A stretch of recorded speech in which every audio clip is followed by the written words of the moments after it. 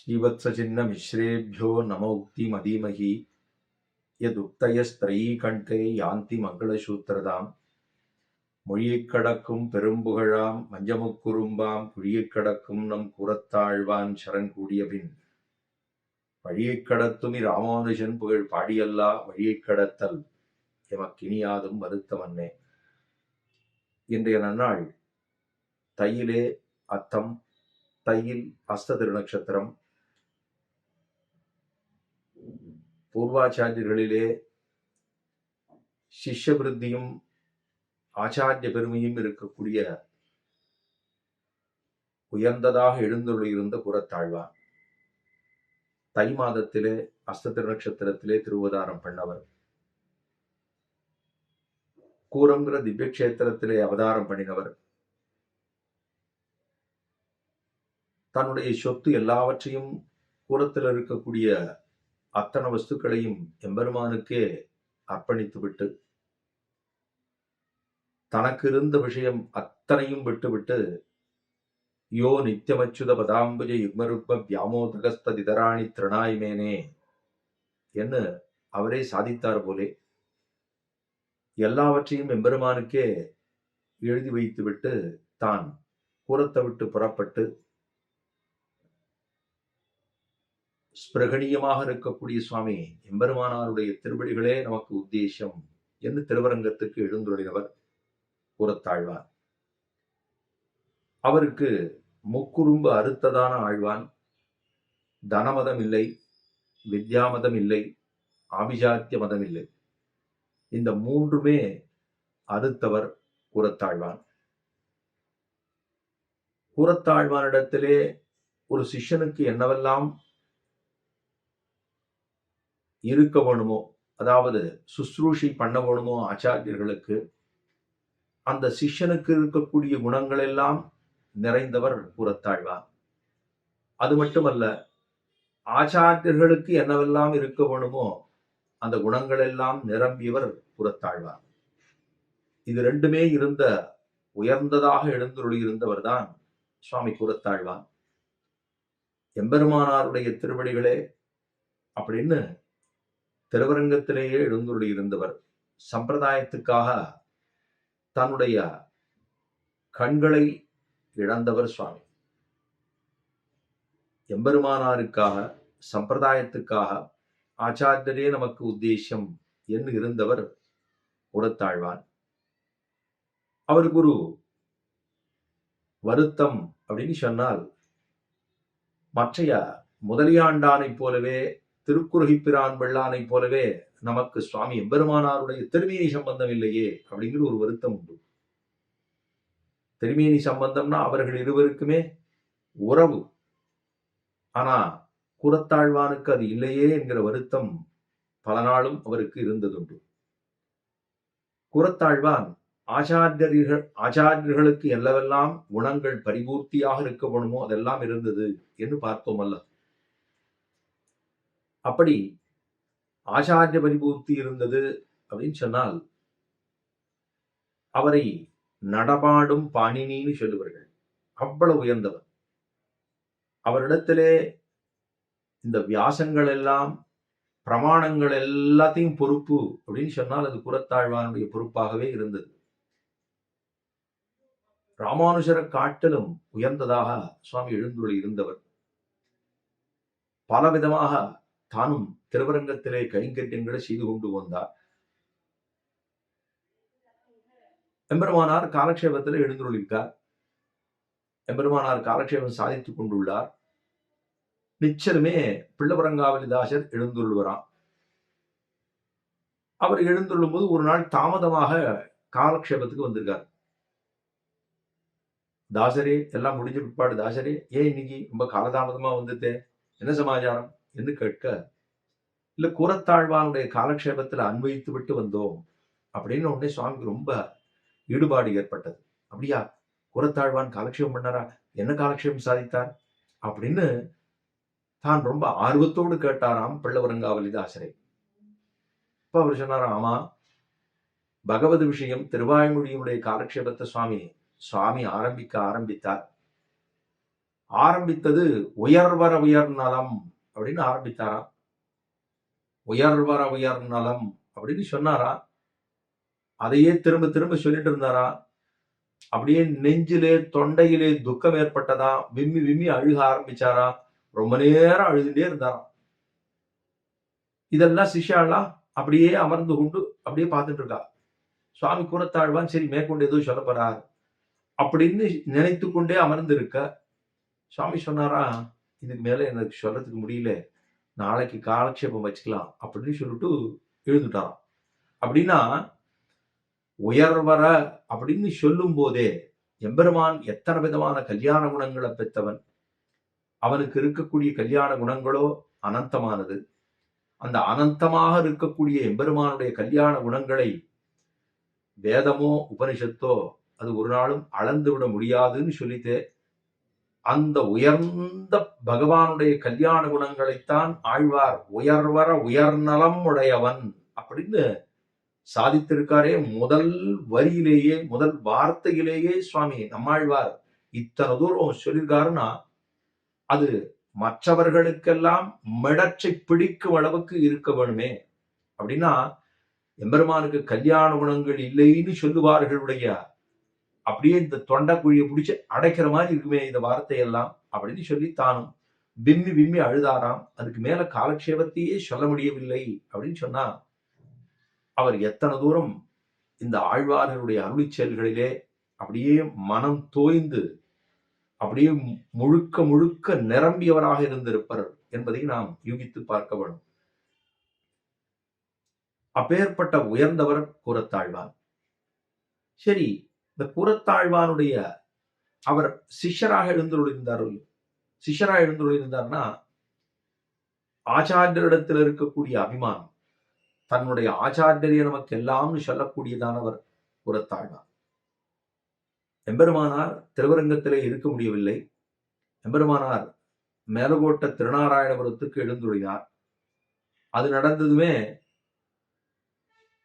திருவரங்கத்தில் கூறத்தாழ்வான் எழுந்துள்ளிருக்கார்.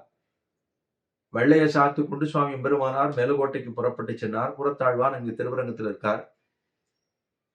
அப்போ ராமானுஜ சம்பந்தம் இருக்கக்கூடியவர்கள் ஆரையுமே திருவரங்க சன்னிதிக்குள்ளே அந்த நாள்ல இருக்கக்கூடிய சோழ நாட்டுல அதாவது மன்னவர்கள் இங்க ஆண்டு கொண்டிருந்தவர்கள் உள்ள போகக்கூடாது அப்படின்னு தடுத்து நிறுத்தி வைத்திருந்தார்கள். அப்போ யாரெல்லாம் ராமானுஜருடைய சம்பந்தம் இருக்கோ அவளெல்லாம் உள்ள போகக்கூடாதுங்கோ அப்படின்னு சொல்லியிருக்காங்க. சுவாமி பெருமானார் அதாவது கூறத்தாழ்வான் புறப்பட்டு சன்னிதிக்கு போயிருக்கும் போது அப்ப சொன்ன அவ பேசினாலாம், இவர் ராமானுஜருடைய சம்பந்தம் உடையவர் தான், ஆனா இவர் கொஞ்சம் பரம சாத்விகர், அதனால இவரை உள்ள விடுவோம் அப்படின்னு சொல்ல இப்ப அவர் சொன்னாராம், என்னுடைய ஆச்சாரியர் தான் நமக்கு எல்லாம், அவரை மீறிக்கொண்டு அவருடைய சம்பந்தம் இருக்கு, ஆனா அந்த சம்பந்தத்தை மீறி நமக்காக இவர்கள் சந்நிதிக்கு போகணும்னு சொன்னா அத்தை நாம் ஒரு நாளும் ஏற்றுக்கொள்ள மாட்டோம். எம்பெருமானாருடைய சம்பந்தம் தான் நமக்கு வேணும் அப்படின்னு அவர் பிரவேசமே பண்ணவில்லை அப்படின்னு சொன்னால் தன்னுடைய ஆச்சாரியர் நமக்கு என்னவெல்லாம் செய்து போந்தார் அப்படிங்கிற அந்த ஆச்சாரிய பிரதிபத்தின்னு சொல்ல முடியும். அது எவ்வளவு உயர்ந்ததாக சுவாமியிடத்தே இருந்தது அப்படிங்கிறத பார்க்கலாம். அதே போல திருவரங்கத்து அமுதனார் அப்படின்னு சொல்லக்கூடிய சுவாமி, அவர் எம்பெருமானாரிடத்திலே பலமுறை அவர் கொஞ்சம் வாக்குவாதங்கள் இதெல்லாம் நடந்திருக்கு. சுவாமி திருவரங்கத்திலே வேண்டாம், நான் திரும்ப காஞ்சிபுரமே போறேன்னு சொல்லிட்டார். அப்ப கூறத்தாழ்வான் அவரிடத்திலே எம்பெருமானாரிடத்துல பிரார்த்திச்சார், சுவாமி தேவாள் அதுக்காக காஞ்சிபுரம் எழுந்துள்ள கூடாது, சுவாமி இங்கதான் இருக்கணும் அப்படின்னு சொன்ன உடனே இவ்வார்த்தையை தேவரீர் தானே சொல்றது, அதனால தேவரீரே அவரை திருத்தி பணிகொள்ள வேணும் அப்படின்னு அவருக்கு ஒரு நியமித்தார். அப்போ அவர் அதாவது திருவரங்கத்தமுதனாரை திருத்தி பணிகொண்டார். கோவில் பெரிய கோயில் நம்பின்னு சொல்லப்படுகிற அவரிடத்துல சாவிலாம் இருந்தது. அதுக்கு சுவாமி எம்பெருமானார் அவரிடத்திலே சொல்லி, இப்ப இந்த திருவரங்கத்தமுதனாருடைய தாயாருடைய காரியங்கள் நடந்திருந்த போது அந்த ஏகாகத்துக்கு 11வது நாளுக்கு ஆள் அதாவது பசிவிட்டவர்களை பார்க்கணுமோ இல்லையோ அதுக்காக ஏற்பாடு செய்ய சுவாமி எம்பெருமானார் நீரே போயிட்டு வரும் அப்படின்னு சொல்ல அவரிடத்திலே ஒரு ரகசியத்தை சொல்லி அனுப்பித்தார். அப்பதான் அங்க போய் அந்த காரியங்கள்லாம் 11வது காரியங்கள்லாம் முடிந்த பிற்பாடு அமுது செய்த அருளின பிற்பாடு எல்லாம் திருப்தி தானேன்னு கேட்க வேணும் இந்த கர்த்தா. அதை கேட்கிற போது திருப்தி தானே அப்படின்னு கேட்டா, இல்ல ந திருப்தோஸ்மி, என்ன திருப்தி இல்லை என்று கேட்டா, இல்ல கோவிலுடைய சாவியை கொடுத்துள்ள வேண்டும் அப்படின்னு சொன்ன உடனே அதை கொடுக்காமல் இருக்க முடியவில்லை. சாவியை கொடுத்தா அதுக்கப்புறம் தென்னரங்கத்தினுடைய செல்வத்தை எல்லாம் சிறக்க வைத்தார் சுவாமி எம்பெருமானார் அப்படின்னு பார்க்கணும். அப்படின்னா அந்த பெரிய கோயில் நம்பி திருத்தி பணி கொண்டவர் கூறத்தாழ்வார். ஆச்சாரிய விருத்தி இருந்தது, ஆச்சாரியருக்கு இருக்கக்கூடிய பெருமைகள் இருந்தது, சிஷ்யனுக்கு இருக்கக்கூடிய பெருமை இருந்தது. ஒரு ஒரு ஸ்நேகத்துவம், ஒருத்தரை திருத்தி பணி கொள்ள வேணும் அப்படின்னு சொன்னால் அவர் எப்படி இருக்கணும்? சாத்திகராக இருக்க வேண்டும். அந்த சாத்திகராக இருக்கக்கூடிய தன்மை எம்பெருமானாருடைய திருவடிகளிலே அவரை சேர்க்கக்கூடிய பெருமைத்தவராக சுவாமி கூறத்தாழ்வான் எழுந்துள்ளி இருந்தார். அந்த கூறத்தாழ்வானுக்கு திருக்குமாரர்களாகத்தான் ஸ்ரீ பராசர பட்டரும் ஸ்ரீ வேதவியாச பட்டரும் எழுந்துள்ளி இருந்தார்கள். அவ 2 பேருமே பகவானுடைய அரவண பிரசாதத்திலே அந்த பிரசாதத்தை அமுது செய்ய கூறத்தாழ்வானுக்கு கொடுத்து, கூறத்தாழ்வான் அமுது செய்ய ஆண்டாள் அம்மையாருக்கும் அதை கொடுத்து அவர்கள் இருவருமே திருவோதாரம் செய்தார்கள். பராசர பட்டரும் ஸ்ரீ வேதவியாச பட்டரும். அப்பேற்பட்ட உயர்ந்தவர் தான் கூறத்தாழ்வான். அந்த கூறத்தாழ்வான் திருவரங்கத்தில் எழுந்துருளி பல கைங்கரியங்களை செய்து கொண்டார். திருமாலிருஞ்சோலமலையிலே எழுந்துருளி பல கைங்கரியங்களை செய்து கொண்டார். அவருக்கு கண்களை பறிகொடுத்தவர். அதாவது பல திருவரங்க திருப்பதிகள் அப்படின்னு சொல்லப்படுகிறது விதேசங்களில் எல்லாம் கைங்கரியம் செய்தவர். நாராயண பரத்தத்தை ஸ்தாபித்தவர். சோழ மன்னவனுடைய அரசவையிலே ராமானுஜரை மேலகோட்டைக்கு எழுந்தருளுவிக்க செய்து இவர்தானும் அங்கே சென்று நாராயணனே பரம் அப்படின்னு சொல்லப்படுவதை அந்த பரத்துவத்தை நிர்ணயித்தவர் சுவாமி. அதே போல ஸ்தவங்கள், பஞ்சஸ்தவத்தை சுவாமி இயற்றி உள்ளார். 5 விதமான ஸ்தவங்கள் எம்பெருமானுக்காக சாதித்தது. அதாவது அதிமானுஷஸ்தவம் என்ன, வரதராஜஸ்தவம் என்ன, ஸ்ரீஸ்தவம் என்ன, சுந்தரபாகஸ்தவம் என்ன, வைகுண்டஸ்தவம் என்ன அப்படிங்கிற 5 ஸ்தவங்களை சுவாமி சாதித்தார். அது மட்டுமல்ல, எம்பெருமானாரோடு கூடவே எழுந்துள்ள இருந்தவர். சுவாமி எம்பெருமானாரிடத்துல சொல்லுவரான், அடியேன் தான் முதல்ல போனோம், போய் அங்க போய் ஸ்ரீவைகுண்டத்துக்கு போய் சுவாமியை வரவேற்க வேணும் அப்படின்னு சொல்லுவரான். முதல்ல இங்கே புறப்பட்டு போயிடணும்.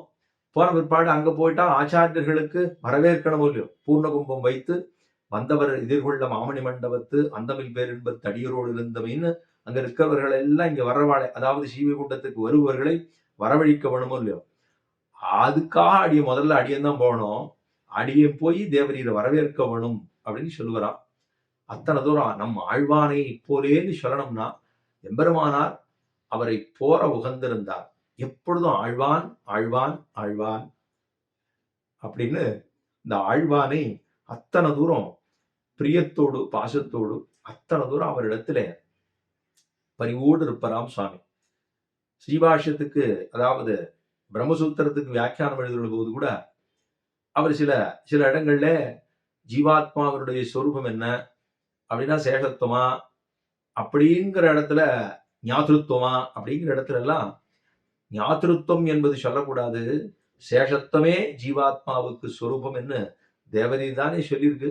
அதையே மாத்தி தேவதி சொல்ல முடியுமா அப்படின்னு சொல்ல மடத்தை விட்டு வெளியிலே எழுந்துள்ள இருந்தே அதுக்கப்புறம் சுவாமி எம்பெருமானாருடைய திருவுள்ளத்தையும் குளிரச் செய்து அப்புறம் தானும் ஜீவாத்மாவுடைய சொரூபம் சேஷத்துவமே அப்படிங்கிறதையும் ஆச்சாரியர் சொன்ன வார்த்தைகளை அந்த வார்த்தைகளை கொண்டே ஆச்சாரியரையே திரும்ப சொல்ல வைத்து அதையே திரும்ப அந்த ஸ்ரீபாஷ்யத்திலே தானும் எழுத வைத்திருப்பர் அப்படின்னு சொன்னா, அதை ஒருத்தரிடத்துல ஒரு விஷயத்தை சொல்லி அதை நாம் சமாதானப்படுத்தி அவர்களையும் ஒப்புக்கொள்ள செய்யக்கூடிய அளவுக்கு அவருக்கு அத்தனை வித்வத் இருந்தது அப்படின்னு தானே சொல்லணும். சோ அத்தனை பெரும் படைத்தவர் சுவாமி கூறத்தாழ்வான். அந்த கூறத்தாழ்வானுடைய திருநட்சத்திரத்திலே சில வார்த்தைகள் கூறத்தாழ்வானை பத்தி சொல்லும்படியான ஒரு வாய்ப்பு ஏற்பட்டது. அதற்கு சுவாமி எம்பெருமானாருடைய திருவடிகளுக்கு பல்லாண்டு வாடிக்கொண்டு, அதே போல கூறத்தாழ்வானுடைய திருவடிகளுக்கு பல்லாண்டு வாடிக்கொண்டு அந்த கூரத்தாழ்வானுடைய பெருமைகள், அவருடைய குணங்கள் அது பூரா நமக்கு வந்துட போறது இல்லை. ஆனா அவரை போய் சேவிக்கும்படியா திருவரங்கத்துக்குன்னு போறோம் அப்படின்னு சொன்னா முதல்ல தெற்கு வாசல் உள்ள நுழைந்தவுடனே முதல் சந்நிதியே கூரத்தாழ்வான் தான். அதுக்கு அர்த்தம் என்ன அப்படின்னா, இந்த கூரத்தாழ்வான முதல்ல சேவித்துக் கொண்டோம் என்னால் அவரை போல அவரை போல வந்துட்டு போறதா வரப்போறது இல்லை. ஆனாலும் இந்த சாத்விகமான குணம் நமக்கும் வரவேணும் அப்படிங்கிறத திரும்ப திரும்ப திரும்ப திரும்ப நாமும் அவரை போய் சேவிக்கிறதுனாலே அந்த சாத்விக குணம் வரவேணுங்கிற பிரயத்தனம் படுகிறோம். அவரை சேவிக்கணும், அவரை சேவிக்காமல் வந்துட முடியுமா? திருவரங்கத்துக்கு போனா எப்படியுமே உடையவரை சேவிக்கணும், தாயார் சேவிக்கணும், பெருமாள் சேவிக்கணும், ஆழ்வார் ஆச்சாரியர்கள் அத்தனை பேரையும் சேவிக்கணும். ஆனா கூரத்தாழ்வான முதல்ல பிரார்த்தித்து கொண்டு அதுக்கப்புறம் முதல்ல உள்ள நுழைந்த உடனே வலது கையில இருக்கக்கூடிய முதல் சந்நிதி நரசிம்மர் சந்நிதியும் உண்டு, கூரத்தாழ்வானுடைய சந்நிதி உண்டு. அங்கேயே பட்டர் எழுந்துள்ளிருக்கார், நஞ்சீர் எழுந்துள்ளிருக்கார். இத்தனை பேரும் எழுந்துள்ள இருக்கக்கூடிய ஆச்சரியமான சந்நிதி. இன்னும் கூரத்தாழ்வானுடைய வம்சத்திலே வந்த பட்டர், அதாவது பராசர பட்டர் என்ன, வேதவியாச பட்டர் என்ன, அவர்கள் வம்சத்தார்களே அந்த சந்நிதியை நியமனம் பண்ணி கொண்டு கைங்கரிகளை செய்து கொள்கிறார்கள். அங்கே சென்று சேவிக்கும்படியாக பிரார்த்தித்துக் கொண்டு ஆழ்வார் எம்பெருமானா சேத்திரவர்களுக்கு பல்லாண்டு வாடி அமைகிறேன். ஸ்ரீமதே ரம்மஜாமா திரு முனீந்திரா மகாத்மனே ஸ்ரீ ரங்கவாசினை பூயாத்து நித்யஸ்ரீ நித்தியமங்கலம்.